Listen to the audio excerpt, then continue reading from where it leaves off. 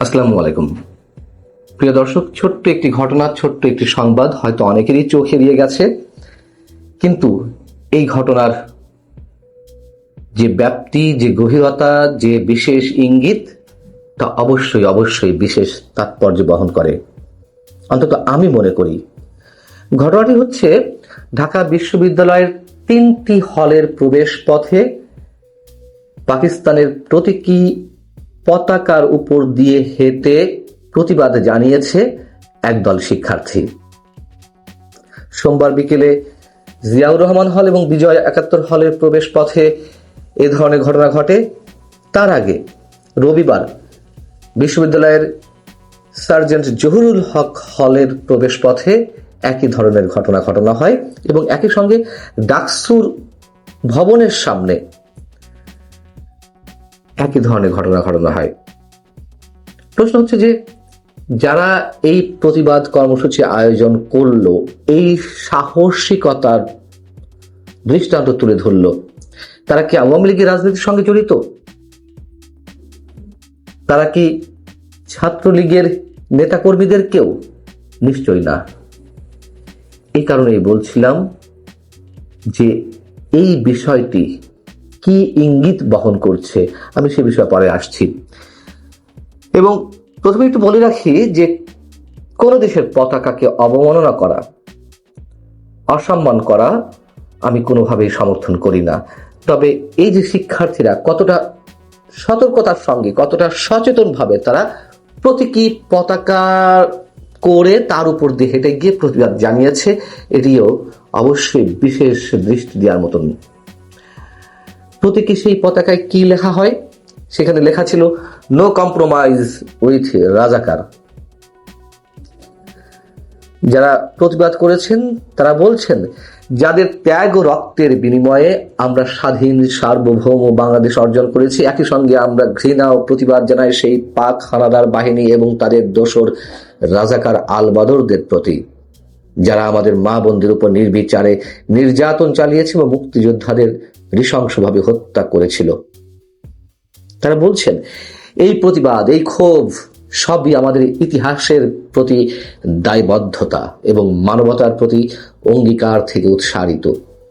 আশা করি ঢাকা বিশ্ববিদ্যালয় থেকে আমাদের এই উচ্চারণ স্বাধীনতার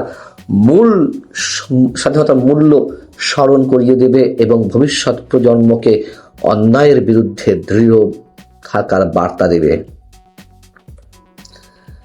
আমি প্রথমে বলেছি যে এই ঘটনাটি আমার দৃষ্টিতে বা অনেকের দৃষ্টিতে অনেক বড়।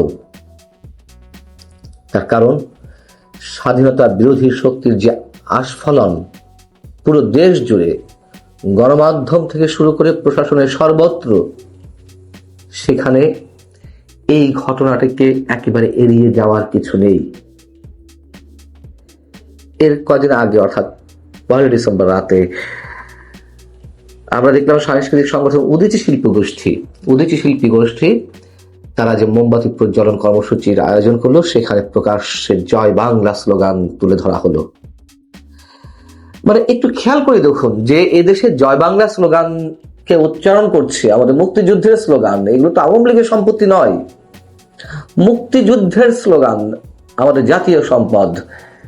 সেই ধরনের স্লোগান কেউ দিচ্ছে, পাকিস্তানের কর্মকাণ্ডের বা পাকিস্তানের দোসরদের কর্মকাণ্ডের কেউ বিরুদ্ধে স্লোগান উচ্চারণ করছে, সেগুলো বিশেষ গুরুত্ব দিয়ে তুলে ধরতে হচ্ছে। এই যে যেমন আমি কথা বলছি এই বিষয়ে, এগুলো নিয়ে কথা বলার কথা নয়। তার মানে এই দেশ কোথায় গেছে, কোথায় নিয়ে যাওয়া হচ্ছে, কারা এর পেছনে ক্রিয়ানকের ভূমিকা পালন করছে, সবই আমরা জানি।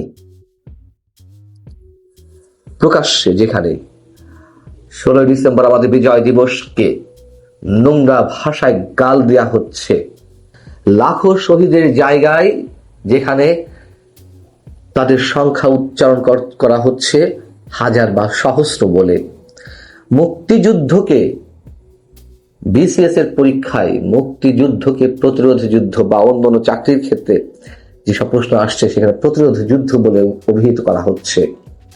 16 ডিসেম্বর আমাদের বিজয় দিবস হতে পারে না, এরকম রাষ্ট্রদ্রোহী কথাবার্তা বলা হচ্ছে 5 আগস্টের পর থেকে। প্রকাশ্যে বঙ্গবন্ধুকে বিশ্বাসঘাতক বলা হচ্ছে, 32 নম্বর বুলডোজার দিয়ে গুড়িয়ে দেওয়া হচ্ছে, হাতুড়ি শাবল চালানো হচ্ছে। আর এর পক্ষে সাফাই গাইছেন আমাদের প্রধান উপদেষ্টা প্রেস সচিব শফিকুল আলম। তিনি বলছেন ধানমন্ডি 32 অনেকের কাছে শেখ মুজিবের একটা বাড়ি কেবল। আমি একসেপ্ট করি যে অনেকের মেমোরির সঙ্গে এটা জড়িত, কিন্তু ওইটার সঙ্গে মুক্তিযুদ্ধের কোনো সম্পর্ক দেখি না। কি ভয়াবহ ধরনের ইতিহাস বিকৃতি করা হচ্ছে, কি দুঃসাহসের সঙ্গে। করাই বা হবে না কেন? প্রধান উপদেষ্টা যেখানে বলে রেখেছেন যে রিসেট বাটনে প্রেস করা হয়েছে 5 আগস্ট। মুক্তিযুদ্ধের সব স্মৃতিচিহ্নগুলো ধ্বংস করে ফেলা হচ্ছে, মুক্তিযোদ্ধাদের উপরে মব সৃষ্টি করা হচ্ছে, গলা চেপে ধরে, টুটি চেপে ধরে শূন্যে তুলে ধরা হচ্ছে। এত ঘটনায় আমাদের রাজনৈতিক দলগুলো যেখানে প্রতিবাদ জানাচ্ছে না, খুব শক্তভাবে মিউ মিউ করে কিছু না বললেই নয় সেভাবে বলছে, কেউ এগুলোকে চ্যালেঞ্জ করছে না। এদেশের একটি অংশ মনে করছে যে তারা সফল হয়ে গেছে, মুক্তিযুদ্ধের তাদের যে পরাজয় তার প্রতিশোধ নিতে পেরেছে। এবং তার দৃষ্টান্ত তো আমাদের সামনে সাম্প্রতিক সময় অনেকভাবে আসছে। পাকিস্তানের রাজনৈতিক নেতারা বলছে যে 2 পাকিস্তান এক হবে, মানে বাংলাদেশ পাকিস্তানের অন্তর্গত হবে। পাকিস্তানের প্রধানমন্ত্রী শাহবাজ শরীফ ভারতের সাথে যুদ্ধের সময় বা সার্জিক্যাল স্ট্রাইকের পরে তারা তাদের জায়গা থেকে নিজেদের বিজয় উল্লেখ করে মন্তব্য করছেন শাহবাজ শরীফ যে এটি 71-এর প্রতিশোধ। এই যখন অবস্থা বাংলাদেশের, তখন এই যে কোন ধরনের বিশেষ শক্তির ছায়া ছাড়াই একদল শিক্ষার্থী ঢাকা বিশ্ববিদ্যালয়ে যেভাবে প্রকাশ্যে, যে বিশ্ববিদ্যালয় এখন শিবিরের দখলে, সেই বিশ্ববিদ্যালয়ে এরকম সাহসের সঙ্গে পাকিস্তানের প্রতীকী পতাকার উপর দিয়ে হেঁটে গিয়ে তারা যে প্রতিবাদ জানাচ্ছে, এটাই অন্ধকারে অনেক বড় মশাল। এবং বাংলাদেশের যে কোনো সংকটে, বাংলাদেশের যে কোনো বিপদে যখন ছাত্ররা আগে নেমে এসেছে, আমরা সেই ছাত্রদের খুঁজে পাচ্ছিলাম না, বরং ছাত্রদের একটা বড় অংশকে আমরা একটা ঘোরের মধ্যে থাকতে দেখছি। বাংলাদেশের অস্তিত্বকে তারা অস্বীকার করছে।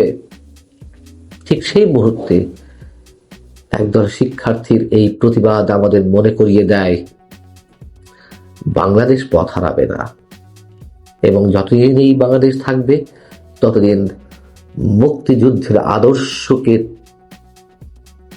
ধারণ করেই এদেশে সবকিছু করতে হবে। এবং এই যে প্রতিবাদ নিঃসন্দেহে ভিন্ন কিছু ইঙ্গিত করে।